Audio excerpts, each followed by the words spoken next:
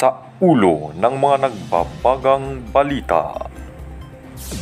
5th anniversary ng Ministers Association Integrated Nutrition Program Incorporated, dinaluhan ng Kids Department. Values Education Program ng KFC Department sa Barangay Asasi, matagumpay na isinagawa. Volunteers Cup para sa mga KBO teachers kada buwan, sinimulan na. At Vacation Bible Lesson ng mga bata sa GFJC Santo Niño natapos na. Home Bible Study doon nagpapatuloy pa rin.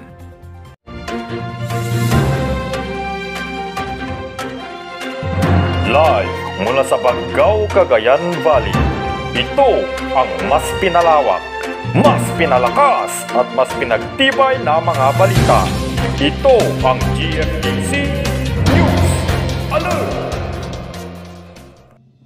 Magandang araw, GFJCians! Narito na ang mga nakakabless na balita sa oras na ito. Mga balitang nakalat at natipon sa isang buwang pagbantabay ng GFJC Media. Buong kagalangang ibabahagi namin sa inyo sa oras na ito. Sa paunang balita, 5th anniversary ng Ministers Association Integrated Nutrition Program Incorporated, dinaluhan ng Kids Department. Detalye ng balitang yan ihahatid ni Jeremy Lawigan. July 28 ng nakaraang buwan, araw ng Huwebes, dumayo ang grupo ng Kids Department kasama ang officer in charge nito na si Sister Melinda Victorio sa Kamalagi, Amulong, Cagayan upang mag-restock ng feeding supplements o karaniwang tinatawag na Manapak rice na dinidistribute sa iba't ibang beneficiaries, lalong-lalo na sa mga bata. Sa araw din na iyon, ay ginanap rin ang 5th anniversary ng Ministers Association Integrated Nutrition Program Incorporated na siyang source ng nasabing feeding supplements. Layunin ng grupo na bigyang kalinga sa nutrisyon ang bawat isa dahil sa mga vitamins at health benefits na hatid nito. Napag-alaman din ng GFJC Media na sa buong Cagayan beneficiaries, tayo ang unang nakakompleto ng Manapak Master List at siyang nakakakuha ng pinakamaraming Manapak na umabot sa 60 boxes. Talagang God is always on the move dahil hindi niya tayo pinapabayaan at laging binubuhusan ng pagpapala kahit saan man tayong mapadpad. God really works amazingly sa mga servant na laging on the go. Jeremy Lawigan, called to share Jesus globally. Samantala, Values Education Program ng KFC Department sa Barangay Asasi, matagumpay na isinagawa. Nagpapatrol si Angel Screen de la Cruz. Nito lamang huling Biyernes ng nakaraang buwan, July 29, ginanap ang Values Education Program sa pamamagitan ng Mini Crusade sa lugar ng Sitio Kamarunggayan, Barangay Asasi, dito sa bayan ng Bagao. Ang nasabing programa ay nagsimula sa oras na alas 6 ng hapon at natapos pasado alas 8 ng gabi na kung saan ito ay dinaluhan ng aabot sa 50 katao na binubuo ng mga bata, kabataan at kasali na rin ang ilang elders. Sa nasabing programa, nagbigay ng words of encouragement ang OIC ng KFC Bagao na si Brother Mark Anthony Bosque. Ibinahagi ng OIC ang matindi nilang karanasan sa kanilang pamilya at kung paano ito naayos sa pamamagitan ng prayers. Kanya ring hinikayat ang mga kabataan kung gaano kaganda ang plano ng Panginoon sa kanilang buhay, kung gaano niya sila kamahal at kung gaano ka-powerful ang nagagawa ng pananalangin. Samantala, naging tagapagsalita naman sa programa ang senior pastor ng GFJC na si Pastor Chris Victorio na siyang naghatid ng mensahe ng Panginoon. Nabataan din na dumalo sa pagtitipon ang ilang opisyales ng barangay sa pangunguna ni Captain Cesar Asuncion Sr. na nagpahayag din ng suporta sa mga kabataan. Ika nga ni Pastor Carl, make it a habit to pray, it works.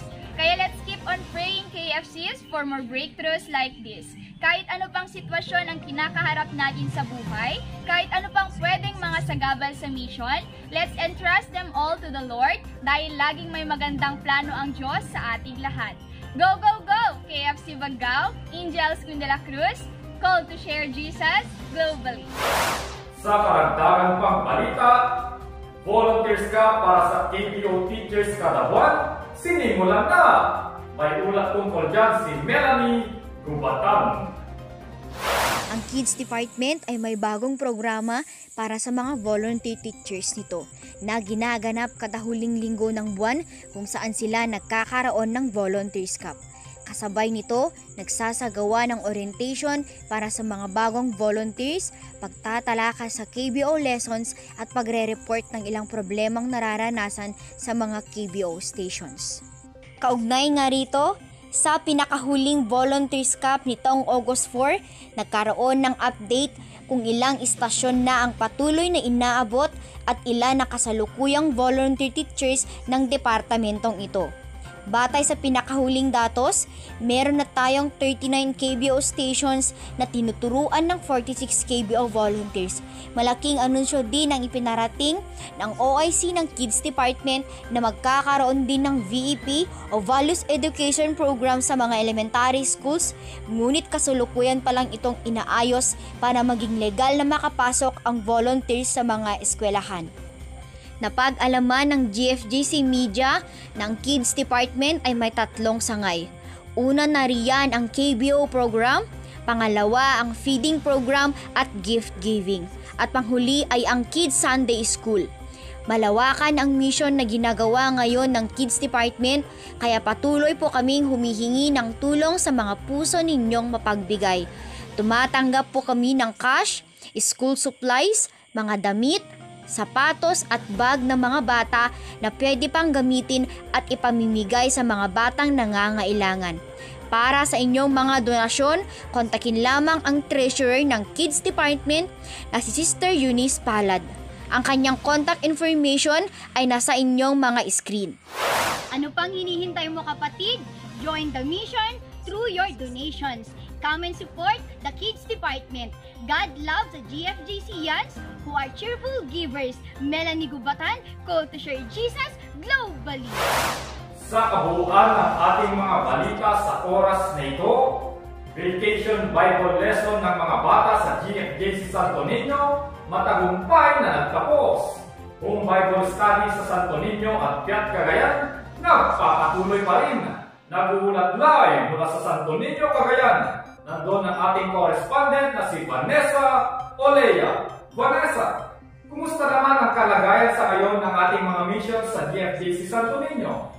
Brother Jonathan, nagpapatuloy nga ang mga gawain ng Diyos dito sa GFJC Santo Niño kung saan sa mga nakalipas na buwan ay kitang-kita ang naging paglago ng mission at outreach program dito sa tulong at pakikibahagi ng mga workers sa lugar na ito.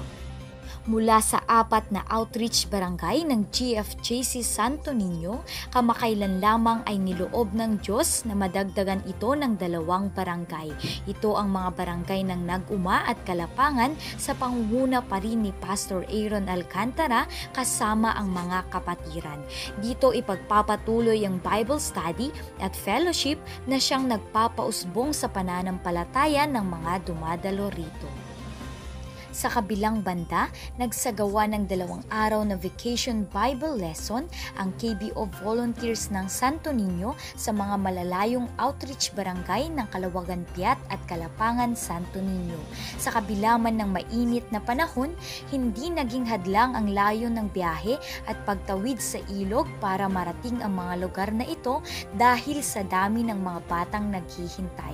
Nag-uumapaw ang saya ng mga bata sa pagsayaw, pag-awit, pagdrama, pakikilahok sa games at pakikinig ng kwento mula sa Bible.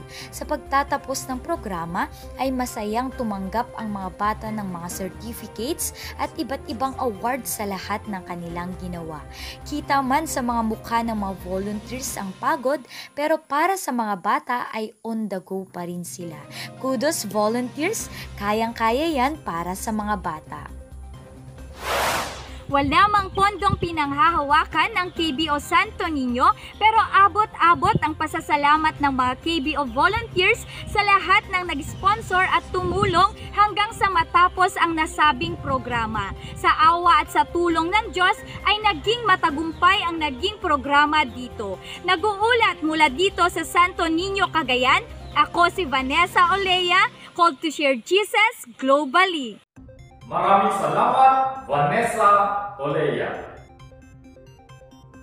Sa ngalan ng buong pwersa ng GFJC Media, sumainyo ang mga nagbabagang balita dito sa GFJC News Alert! Ang mas pinalawak, mas pinalakas at mas pinagtibay na mga balita.